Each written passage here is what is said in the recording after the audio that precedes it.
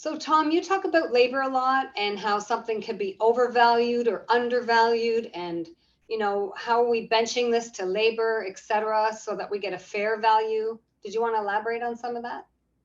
Yeah, like I've always said, if I could unpack this very complicated subject um, in 3 to 5 minutes, I'd be the greatest financial analyst in the world. And I'm sure I can't do that. So I'm obviously not much of a financial analyst, but it's a very complicated subject. This how to establish value. It literally took me years to really get my head around it. I listened to guys talk and throw around all this terminology, and you'd think you understood it, and then you'd sit down to work out what's undervalued, overvalued, underpriced, overpriced, and it's hard. It's a really difficult thing, and it has a lot to do with the system, the dollar-based system that we operate in. Yeah. It's hard enough in a tangible system where we're using like weights and measures and things like that, because that comes down to like price discovery is another thing. Certain economic systems actually made it against the law to have price discovery, believe it or not, because they wanted to dictate prices, but no central authority can dictate prices. And the reasoning behind that is a volume of books. The economics of price discovery and value and all this minestrone soup of all this stuff is so complex. Once you start getting into talking about it and diving into it, it boggles the mind, and it did mine, and it does other people. I see the deer head in the headlights look on people when you start talking about this stuff. So you almost have to come up with tangible examples, because people operate in the five senses more than they do in the conceptual, and dollars are conceptual. I'll say it again. Dollars are a concept. Now, dollars in the moment measure pretty good. They allow us to compare things and say, okay, is that car the right price for the moment? And so how do you know that? Well, most people, what they do is they compare it to 10 other cars and their price and say, okay, based on those features, looks like I'm in the right ballpark. But let's take that car and put it into another country's economy. Would it be the same? Wouldn't, right? A whole different set of conditions would be involved in a different country. And so their values would be relatively different. We have some coming in. I got to let them in. Hold on a sec. Okay. So here we go again. As soon as we start into the subject matter, you start talking about it, it gets into this whirlwind of different ideas. And so Sure. we almost have to use example. Like you mentioned labor. I always say that labor is the ultimate measure of value, because without labor, a pile of rocks or a bunch of trees or water or anything, I mean, it hasn't a value in itself. Trees have value to us as humans as they convert carbon dioxide into oxygen. So yeah, they do have a certain amount of value on their own. But in an economic sense, I mean, nobody charges for oxygen. Okay, so there's no economics around trees producing oxygen yet. Yet. Hey, talk about the walnut tree, and that was good what you had said about the walnut tree. Yeah, I mean, walnut trees are a very specific example, because walnut trees have been traditionally used to make gun stocks. All those beautiful polished gun stocks you see are most often walnut trees. I mean, they make synthetic stocks and stuff, but traditionally walnut was used. There was reasons for it, the density and the stability of it. So a walnut tree that is used to make gun stocks is going to have a different value and a different price. And in that sense, value and price tend to be correlative to a degree, but they don't necessarily have to be. But they would have far more value than if you use that wood for firewood. That would not be an efficient use of that, because there are other trees that are better suited to firewood. Like, nobody wants to make gun stocks out of Manitoba maple. So, that would make better a choice for firewood in terms of economics, a better use of its value, its real value. But let's take an odd scenario where the only thing you have is a bunch of walnut logs you had planned to use for making gun stocks, and you were living in some remote location, and the hydro went out and you have a wood stove, and the only thing you have to put in that wood stove is walnut, and it's just matter of your survival. Yeah. Suddenly the value equation changes. Yeah. Because value in economics, remember, economics is about people. Yes. Let's not forget that. So the term value can be superimposed over a number of different definitions. So value, we have certain things that are of value to us. When I'm freezing, firewood is very valuable to me. More valuable than, you know, how much I could sell that as a gun stock next spring Right. when the freeze was done. So in that moment, it's relative to the moment. So I always say all values are relative.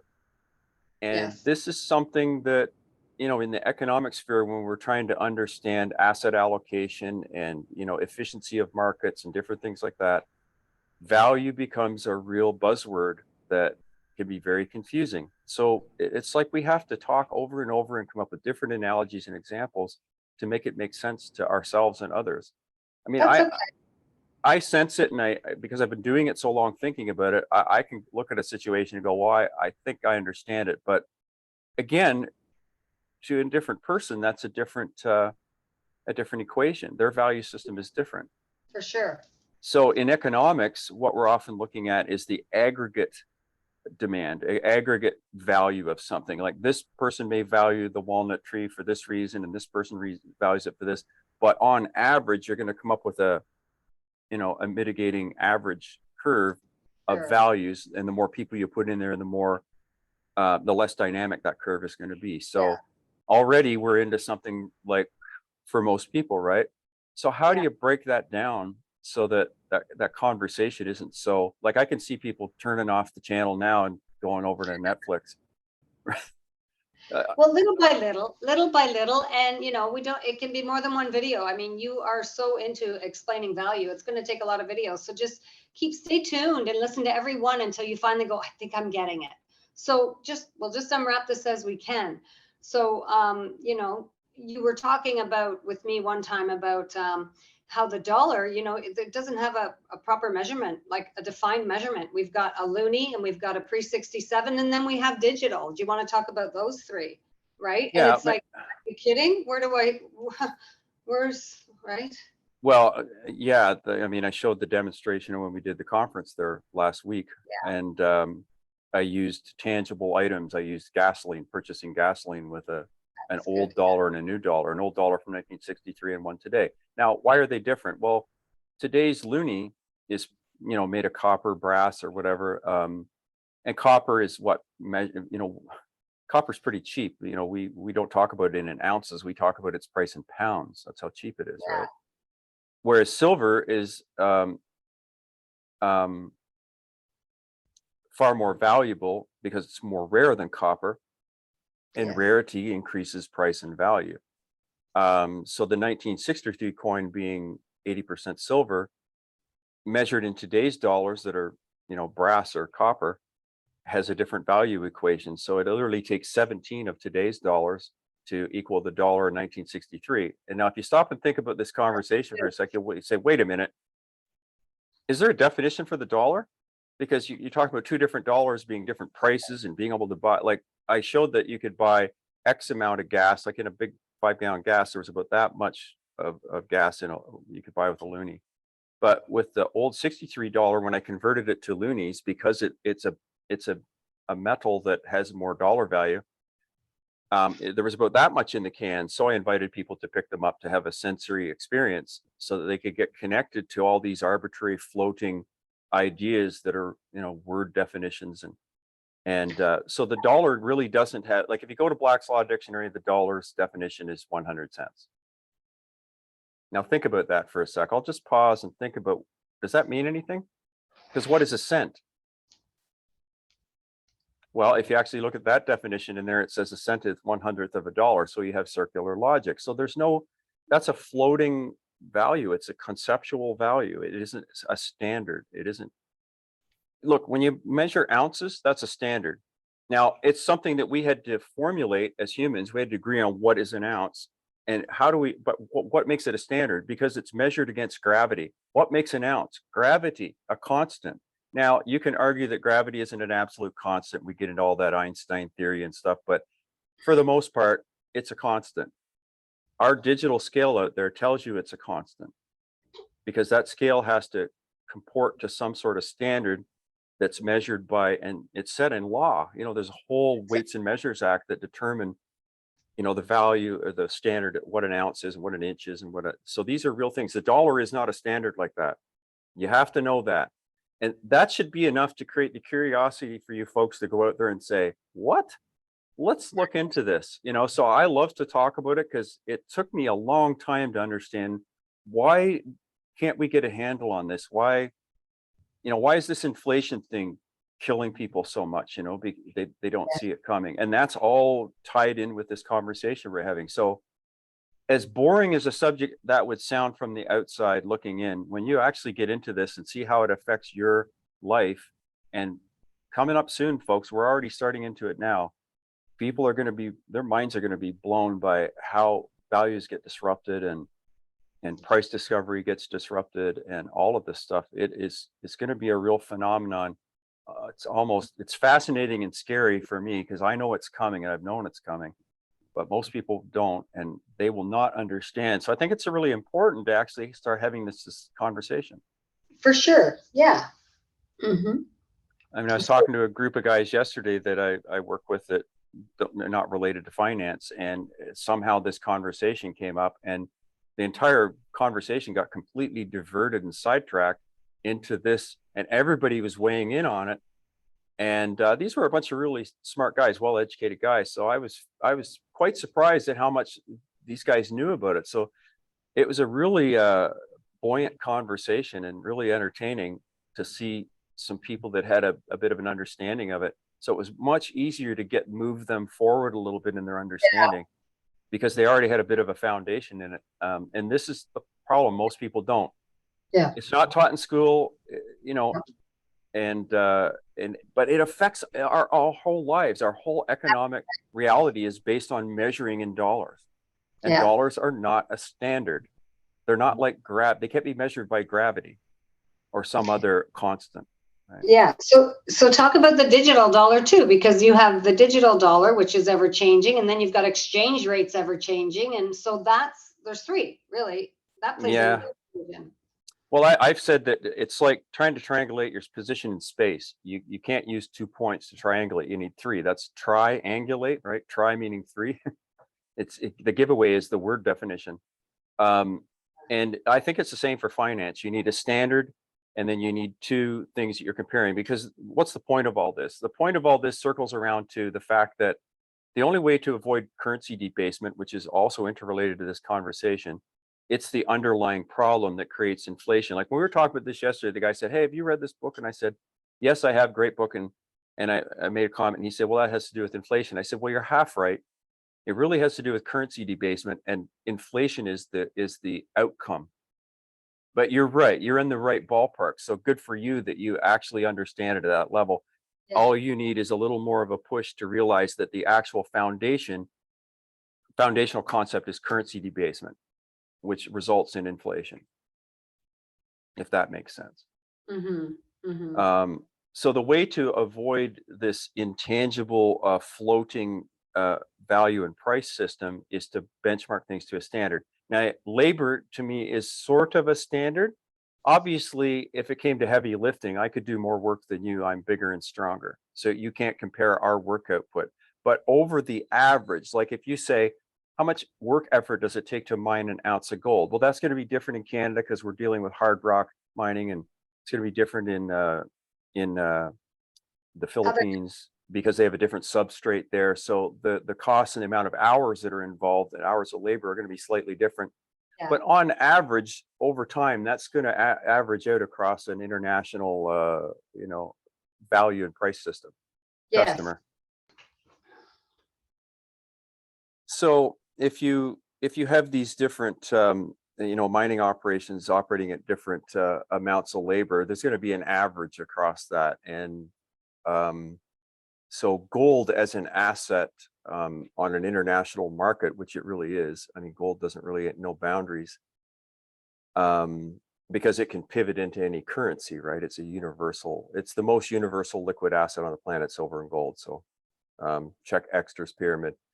Because of that, it's measured in an average in a sense, right? So the labor being much closer. I mean, if you take the average guy that's 6'2", 200 pounds like me and put him to work, and he works an 8-hour day, and if they're working at a pace, you can get a certain amount of effort done. And it's not going to vary that much. Man, it's busy today. So, like I was saying, if you have a bunch of different men around my size and weight Oh, or doing a specific job, the amount of output is going to be relatively close. So labor isn't an absolute standard in that regard, but if you measure that across thousands, the number gets much tighter, the average gets much tighter. And this is kind of the way we measure economics anyway. We tend to measure it in aggregate more than we do individually. So if you take labor as a standard, it's a pretty good standard, considering that without it, we have nothing that we can even price or value in any real terms. A tree produces oxygen, right? That's valuable to humans. We wouldn't be alive without it. But it's pretty hard to monetize that, as we jokingly said, yet, right? They haven't, we're not being charged to breathe our air yet. But, maybe in the new system, we can digitize air and charge a penny per breath or something. Scary thought. But aside from that diversion, you're going to get an average with labor. And this is how we measure in economics. We tend to measure in aggregate and come up with averages and then benchmark them against other things. But if you use that average output of a working individual, and measure that against the output or price that you have to sell a product, that's going to give you the foundation where you have to know what you need to price that at to stay in business. Because if a business doesn't make a profit above their labor costs and their hard costs, then they can't stay in business. So these are important things to know. There have been times in history in other areas of the world, like in the Soviet Union, they had trouble with the system there in price discovery, because they tried to dictate prices, right? This price should be this and this price should be this. But it's hard from a central authority to measure the individual output, which does change, by the way, over time. That's the other thing that I left out of the equation, is the output of people changes in different seasons, right? If you take guys that are building houses and building in the summer when it's warm and everything's, easy peasy and the ground's not soggy and wet and things aren't all frozen, you're going to have a different amount of output than the same bunch of people working in the winter. So yeah. labor will change, but it will revert back to the mean. It works on a curve, which you look at an average, right? So you eventually get some sort of a pretty solid standard from labor. The dollar can't measure that way, and that's a huge problem. And Sure. we're going to have to go over that again and again and again, how the dollar is not a standard, for it to sink in. It took me years to realize, oh my God, this thing's not a standard. I knew there was something messed about it, but yeah. So talk about the Weights and Measures Act and how, with a ruler, an inch, I mean, this is locked away, built with what, uranium or platinum or something. And yeah, about that's fascinating. And the fact that we don't have that for our dollar, no, the definition of the dollar is 100 cents. Yeah. The definition of a cent is 100th of a dollar. It's circular logic. We won't dwell on it. Go do the work on that yourself. But like an inch has a standard. So somewhere locked away in a vault, there's something that we have agreed on is an inch. And where that idea came from is the average width of a man's thumb. But my thumb is, I've seen guys with some pretty big thumbs, a lot bigger than mine. And so, we would eventually have to say, okay, well, what do we all agree on is the standard for an inch? And then we would have to get an object and say, that is the inch that we all benchmark our inches against. Like if we're going to make tape measures for a living, they have to comport to that inch. Sure. And there is an inch, and it's a platinum iridium standard. Why platinum iridium? Because platinum iridium doesn't change much in fluctuation with temperature. It's fairly inert, so you don't get that variation. Imagine how microscopic the change in a solid metal that we'd agreed on was an inch, how small would that change from minus 40 to plus 40? What would be the variation? 0.0001%. So that's how accurate they require that standard to be in order to, have a legal standard for an inch or an ounce, or things that are measured against either agreed upon standard or something that's benchmarked to like gravity. Ounces are benchmarked to gravity, but still we had to decide how much of that material moving with gravity was an ounce, and there's a standard for that as well. And there's a whole body of law that says this is what this is. An inch is an inch, an ounce is an ounce, and a pound is a pound. A Sure. dollar isn't like that at Yeah. all. Yeah. At all. That's all you need to know. Go do your investigation, your own investigation.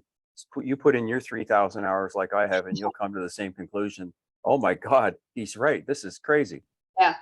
And then now, okay, so I'm going to take away from that ounce, and this is fine, because then they determined that a troy ounce, right? But that took a lot of work too. Okay, precious metals, we're going to measure that in a troy ounce, Yes. right? Which is Which is, 31.1035 in a rather than sense, 28 grams. in its origination is arbitrary, but it's something we agreed upon. We That's need to right. have an agreement. Otherwise, we're going to have what? A disagreement. Mm-hmm. And folks, if you get into the history of this, disagreements like this have been settled with pistols at dawn. And, so the private merchant systems that operated hundreds and hundreds of years ago had to come up with a way of agreeing on standards that we could all agree on, so we didn't have countries go to war over trade imbalances, because we have a different scale and a way of measuring things, and we can't get anything done. Like we all come together at these merchant things, and there's arguments and fights and disputes, and so we had to say, okay, whoa, we all got to agree on something. Yeah. And so all of this work's been done for us, by the way, and we totally take it for granted. The history of how we came to these positions and agreements is fraught with wars and conflict and all different things, because people take this stuff very seriously when they put work effort into something and then somebody arbitrarily steals it from them because we don't have an agreed standard.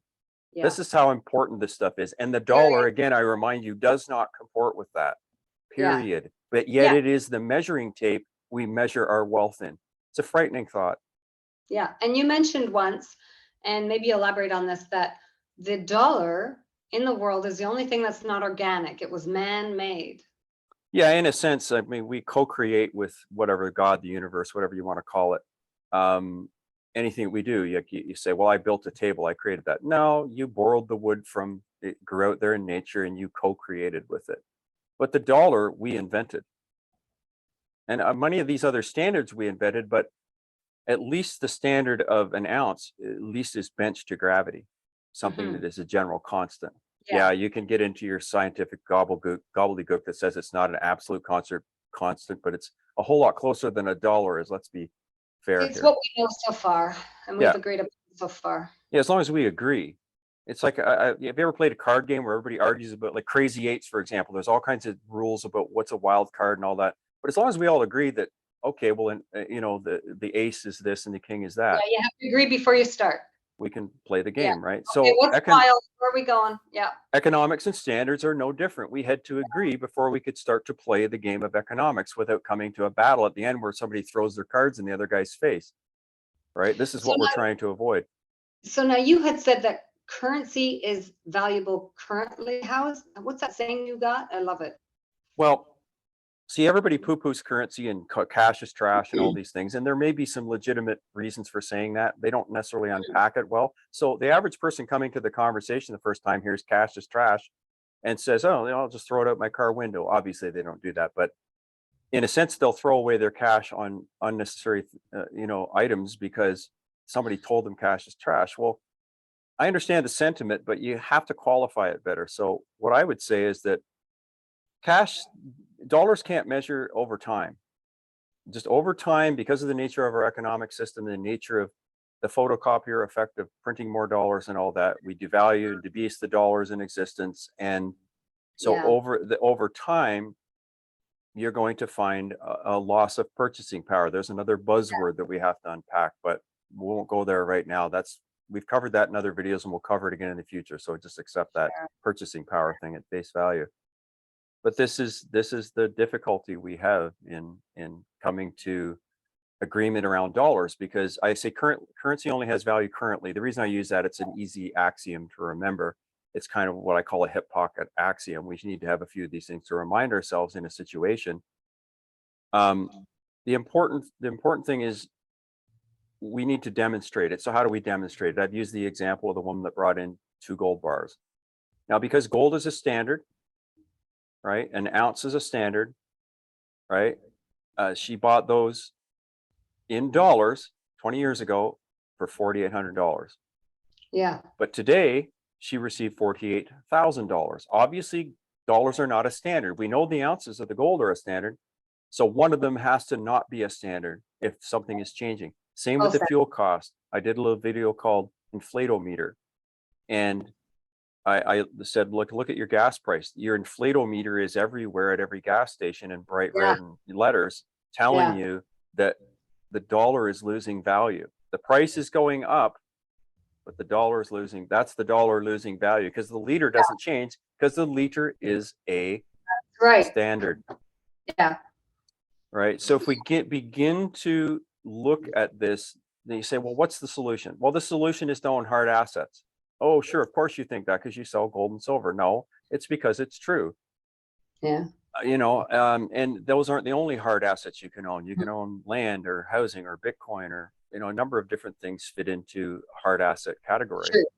But the reason is because of currency debasement. So this whole conversation really just boils down to currency debasement and solutions, which are hard assets. If you want to really, really simplify it, I did a video yesterday, a car video about that, trying to explain it again. Yeah. So if you wonder why we just keep going over and over this topic, those of you who do understand it, maybe you don't understand it as well as you think you do, number one, because truly the people that really understand this stuff and really have it down, they get paid a lot of money to be financial analysts for big companies. Yeah. Right. The guys that can actually do this and measure these things and come up with very concrete value positions for different assets and stuff, those guys get paid a lot of money. So it is a very serious topic. So don't assume you know it as well as you think you do until you do, because it's very hard to get your head around it. It took a lot of years for me. Yeah. So the currency only has value currently. Now, in a situation when we're not in hyperinflation, let's compare that to somewhere like Zimbabwe, Argentina, right? Because then you're in trouble. Yeah. So we have this idea that we should have this target for inflation of 2%, which is nonsense. There's no reason to have any. All I call it is I call the rate of inflation the rate of foreclosure, tongue in cheek, right? Yeah. Because it's constantly, you're constantly having 2% of your value stolen from you every year if that's their target, and that's if they're being honest. And we call it the CP lie for a reason. So assuming that it's 2% is dangerous, but let's just assume that it is. Well, if you take the rule of 72, which is how you calculate a doubling of a price in an asset like a stock, whatever number you put into 72, whatever the other side of that equation is. So if I put 2, it goes into 72 35 times approximately. So it'll take 35 years to steal all of your value at a 2% inflation rate. This could happen 2 times in your lifetime. And if you're assuming you can store away dollars, like go back to the woman with the gold bar. What if she could just put the dollars in a box and put them under the bed, and 20 years hence she'd have $4,800, not 48,000. So by storing them in an asset that holds value over time, currency does not, because currency is measured differently than ounces are. And that $4,800 wouldn't buy the same today. No, obviously 4,800, that's a 10x loss. Yeah.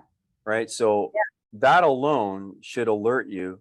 Now, there's a lot of shenanigans in price discovery and in precious metals and stuff in the short term that, over a year or 2 period, that may not come out, necessarily favorably, because it doesn't go up in a straight line like this. If you look at a chart, it's pretty jagged. The general trend may be up, but if you zoom in and look at some of those short periods, it can be down an awful lot, and it can be real hair raising for the average person. So to witness this all the time. So, I look at it in the long term. Yes, because I've seen the results of it in the long term so often. Yes. So currency only holds value currently. It cannot store value over time. There's your proof. I like to use examples because this, as you see, we've been talking for how long now, and I'm sure a lot of people are really confused. Hopefully that example would bring it home for you. But it's difficult. It was difficult for me. It'll be difficult for people. So this is why we strain and go over it. So, you know, folks, if you constantly hear us talking about this, Hmm. it's because the new people, you know, if we've already reached you, great. We've reached you, and you're good to go and know how to figure this stuff out for yourself. But there's new people coming to the equation they're in need of an understanding of this. So it's kind of been my central theme to talk about, because I got so much invested in learning it myself too. I think, you know, you feel like you need to give back in a sense to others, and so yeah, it's a heavy topic. Yeah, but let me just go back to the Zimbabwe thing again. So you got a wheelbarrow of money, and by the time you get to the grocery store, it's changed already. Yes. Okay. So So your that's currency is not valuable currently in that situation. In hyperinflation, it's not. It's just haywire. right, because of the extreme. So if you have 2% inflation, you know, it's not as noticeable over time. You don't notice the erosion of your Yeah, and yeah. your losses of purchasing power. Mhm. But if you accelerate that and bring the inflation rate up to 100% per month or year, even, you Mhm. really can get. Now, if you really take that extreme, go to 1,000 or 2,000 or 10,000% per month. Now, the fact that currency can't hold value over time becomes very apparent. But we Sure. don't operate in that system. It still works the same way, but it's an insidious drip. It's not like a torrent coming off, you know, it's a drip. It's a slow Right. drip, but the end result is the same, Yeah, and we could be heading into hyperinflation. We don't know where this is going, so protect yourselves, people. Get some hard assets, right? right? It's I really mean, the only way to. Now, obviously, you have to have some disposable income. If you're living, you know, sure. paycheck to paycheck and all your money's going to food, you know, I don't know how to help somebody like that. Get a side gig, work harder, do Yes, something. I know that nobody wants to hear that, but I know. it's our individual lives. If you want to get out of this mess without getting hit by a sledgehammer financially, everybody's got to, you know, take care of themselves and do the best they can. So we're just trying to give people tools and an understanding so that they can avoid what's coming, you know, and because it's coming, whether you like it or not. And it could This go into hyperinflation, right? We've it been, really could. I hate to think of what will happen, I know. but go look at hyperinflationary events in other countries and look what happened to the price of precious metals, because it goes in parallel with it. And that's the good news, that it does that. I mean, during the Weimar hyperinflation, it was one of the extremes that's good to investigate. There's plenty of videos out on YouTube on the Weimar hyperinflation. Go check it out, folks. It's Yeah, quite, when you accelerate that process and bring it into a shorter period of time, then you can see it better. If it happens as a slow drip, it's the I know. boiling of the frog effect. You don't Yeah, notice it. yeah, We're not tuned to notice things that gradual, you know. yeah. So And then this back to your video on Tom did a video on you haven't had a raise for like 30 years. And that's a good one too, because longer than that. that shows how much you've lost You've over time. actually lost. Like, I do a video that says you haven't had a raise since 1970. Go Right. check that out. It mathematically, it just puts it in perspective. It'll Yeah. help you get a better understanding of of a single analogy so that you can see the Yeah. effects of, because as I say, it's a conceptual thing. Conceptual things, you have to see the effect of it in like five senses reality, something you can see, you know, hear, touch, smell, and taste, right? Sure. Yeah. And then you'll have a better handle on it. So do the work, people. Do the work yourself so you understand this, and you'll fare a lot better. Like right Yeah. now, you know, everybody's thinks, oh, it's great. My house is worth more. My house went from 1 million to 2 million in the last 5 years. Oh, that's another story, dear. We should cut this. It's getting long. Yeah, we'll pick that up on that one and say why that's a bad thing next time. Why it's a Yeah, bad thing for sure. you. Your house went from one Maybe million on to that. 2 million, Yeah. or could be potentially. Yeah. Yeah, Okay. we'll end it at that. Have a nice day, folks. Thanks for listening.